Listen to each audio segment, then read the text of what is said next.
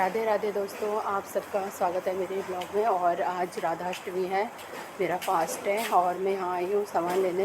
रात को टाइम नहीं मिल पाया और बारिश का मौसम हो रखा, लेकिन सारी दुकानें अभी बंद है यार। सुबह सुबह कोई भी दुकान नहीं खुली हुई है और अभी बज रहे हैं 6:30। मुझे जो सामान चाहिए था बिल्कुल भी नहीं मिल रहा है और बिल्कुल भी नहीं, मतलब बिल्कुल भी नहीं।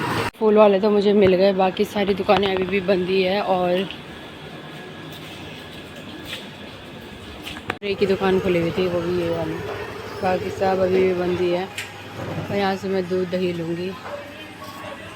तो यहाँ पर मुझे कुछ दिखा है,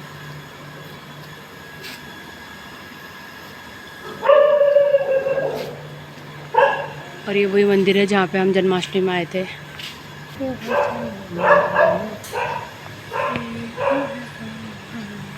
तो ये है इसका फ्रंट डोर, जहाँ से प्रवेश द्वार है, और बहुत सुंदर मंदिर है। ये मेरे घर के जस्ट बगल में ही है और यहाँ पे मैं अपना सामान ढूंढते ढूंढते आई हूँ।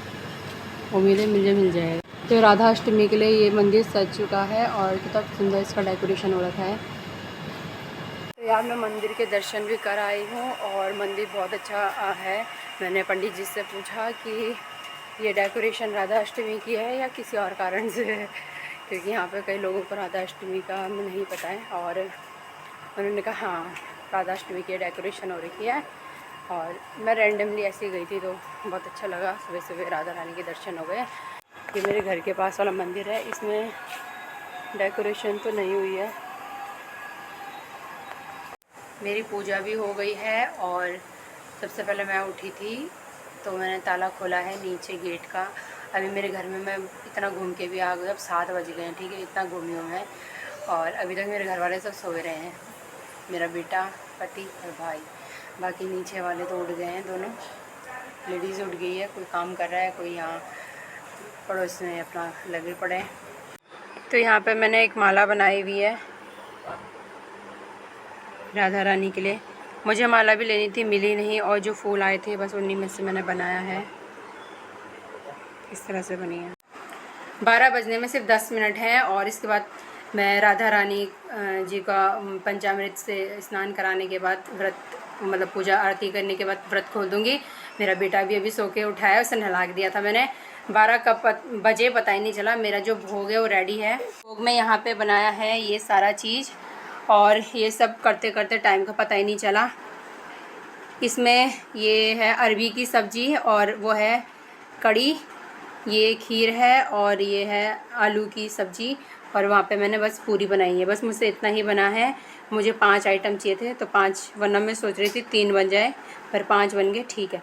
और इसमें मैंने पंचामृत, ये सारे की सारी चीज़ें डाल दी हैं जो पंचामृत से स्नान कराऊंगी। वो मुझे जो चीज़ें चाहिए थी वो मुझे मिली नहीं। मैं अभी दोबारा मार्केट मतलब पास वाली दुकान में गई थी, इस वजह से मुझे यही चुन्नी मिली है। मुझे राधा रानी के लिए दुपट्टा चाहिए था, नहीं मिला। तो अब देखूँगी, बाकी दूसरे दूर जाके मार्केट में, वहाँ जाके अगर मिलेगा तो ठीक है। ये मैं बहुत पहले लाई थी मार्केट से। ये गणेश जी का पटका, ये मैं कृष्ण जी को उड़ाऊँगी। तो यहाँ पे 12 बज चुकी हैं और मैं यहाँ पे राधा रानी का जो विग्रह है राधे कृष्ण का, उन्हें मैंने नीचे रखा है। मेरे पास ये जॉइंट में है, जिस कारण मुझे इनकी ड्रेस नहीं मिल पाती है। साथ में यहाँ पे गौ माता भी है, इस वजह से इनके लिए ड्रेस मिल पाना काफ़ी मुश्किल होता है। ज़्यादातर यहाँ पे लड्डू गोपाल की ही ड्रेसें मिलती हैं जहाँ मैं मार्केट में ढूंढती हूँ, और या तो केवल सिंगल वाला ही मिलता है, जॉइंट में कोई ड्रेस नहीं मिलता है। अब मैं अगर लंबा मिल भी जाता है तो क्या होता है, राधा रानी का लहंगा मिलता है। मैं कान्हा को लहंगा तो नहीं पहना सकती हूँ ना, इस वजह से मैं नहीं लेती हूँ। यहाँ पे मैंने जल अभिषेक और पंचामृत से करा है, साफ़ कपड़े से इनको मैंने साफ़ कर दिया है। और यहाँ पे मैं बाकी पानी जो होगा, ये जितना भी पंचामृत है उसे ग्रहण करने के बाद इन्हें पौधे में डाल दूँगी। और मेरे जो कान्हा जी हैं इनके लिए ये जो माला है ये मैंने जन्माष्टमी से पहले ख़रीदी थी। जब मैं शॉपिंग के लिए गई थी बुध बाज़ार, वहाँ से मैं लिया था। मुझे ऐसे ही मालाएं चाहिए थी, लेकिन कल मैं जा नहीं पाई। आज सुबह मुझे मिली नहीं है, दुकान का कुछ ना कुछ इशू रहा है, नहीं खुली थी। और दोबारा गई तो वहाँ पे नहीं मिली है। ज़्यादा दूर मैं जा नहीं सकती थी, ये कारण था।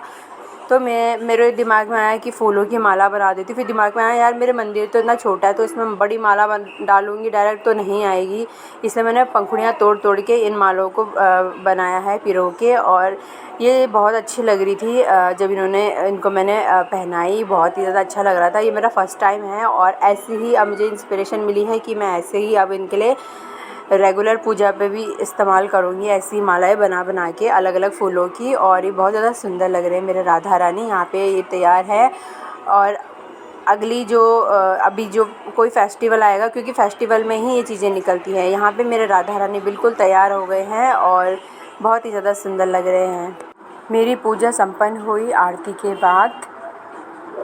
तो मैंने भगवान जी को प्रसाद का भोग भी लगा दिया है और मेरी आरती भी हो चुकी है, सब कुछ हो गया है मेरा। और अब मैं अपना व्रत मैंने खोल दिया है पंचामृत को थोड़ा सा पी के। पंचामृत मैंने और मेरे बेटे ने पिया थोड़ा थोड़ा और मैंने अपना व्रत खोल दिया है। थोड़ी देर बाद खाना खाऊंगी। मैंने व्रत का पारण कर लिया है, सारा मतलब जो प्रसादी थी वो ले लिया है, बाकी जो मिक्स था थोड़ा मैंने नीचे रजियोर के यहाँ भी दिया है।